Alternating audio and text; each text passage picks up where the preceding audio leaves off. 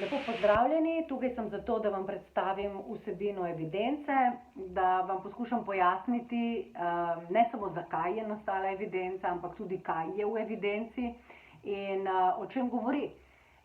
To je drugi del te trilogije, za katero upam, da bo nazadnje dobila tudi tretji del. Zdaj smo ji uradno na založbi Mladinska knjiga tudi dali ime. Trilogiji je naslov Rim, Ljubljana, Bruselj, ker se bo odvijala v teh krajih.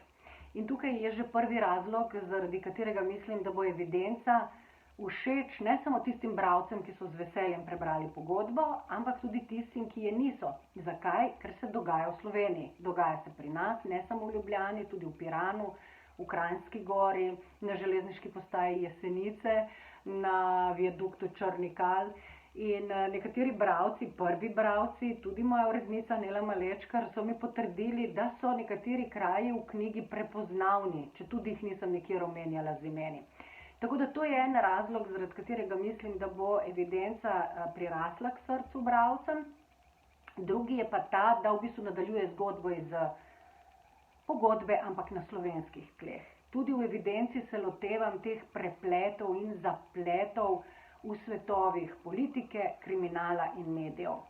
Tokrat junaki nimajo tistih zapletenih italijanskih imen, ampak naša domača slovenska. Tudi nekateri dogodki bodo še posebej malce starejšim bralcem precej poznani. Nekaj jih je pa tudi zelo aktualnih. Namreč evidenca ima točno tako strukturo, kot jo ima pogodba. Vse se zgodi v 3 dneh. Torej jo sestavljajo 3 deli in vsak del opisuje en dan. Vsak del ima tudi 17 poglavij, čisto tako kot v pogodbi. Dogaja pa se v maju, v 3 dneh v maju leta 2019, v času pred evropskimi volitvami, torej volitvami za Evropski parlament, in v knjigi nastopa tudi televizijsko soočenje kandidatov za poslance v Evropskem parlamentu. Tako da je to mogoče še en element, ki bo se nekomu mogoče zdaj rahlo smešen, komu drugemu kot tudi meni, glede na to, da sem to takrat doživljala v prvi osebi, pa še posebej zanimiv. Zdaj, jaz o zgodbi vam ne bi kaj preveč govorila, ker nima smisla, ker potem zakaj bi človek bral nek kriminalni roman, če ve, kaj se bo v njem zgodilo.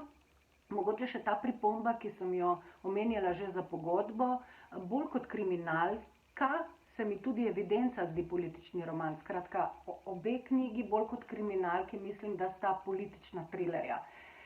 Ker ne gre za tisti klasični detektivski roman, kjer iščemo storilca. V bistvu ves čas vemo, kdo bi lahko bil morilec, in zdaj vprašanje je, če bomo doživeli tisto katarzo, ki jo ponavadi doživiš v klasičnem detektivskem romanu, ko so hudobci z zapahi in dobro vedno prevlada. Nič več ne bom rekla. Mogoče samo to, te glavne obrise.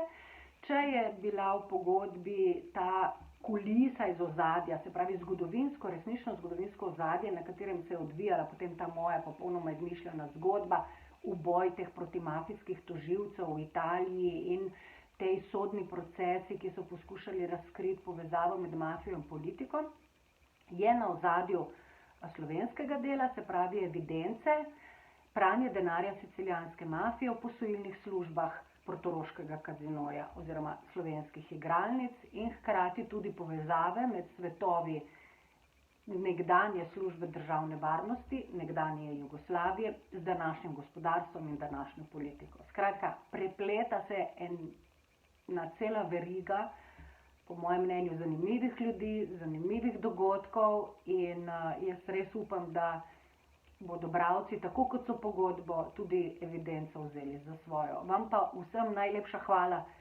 ker boste pomagali, da se bo to zgodilo.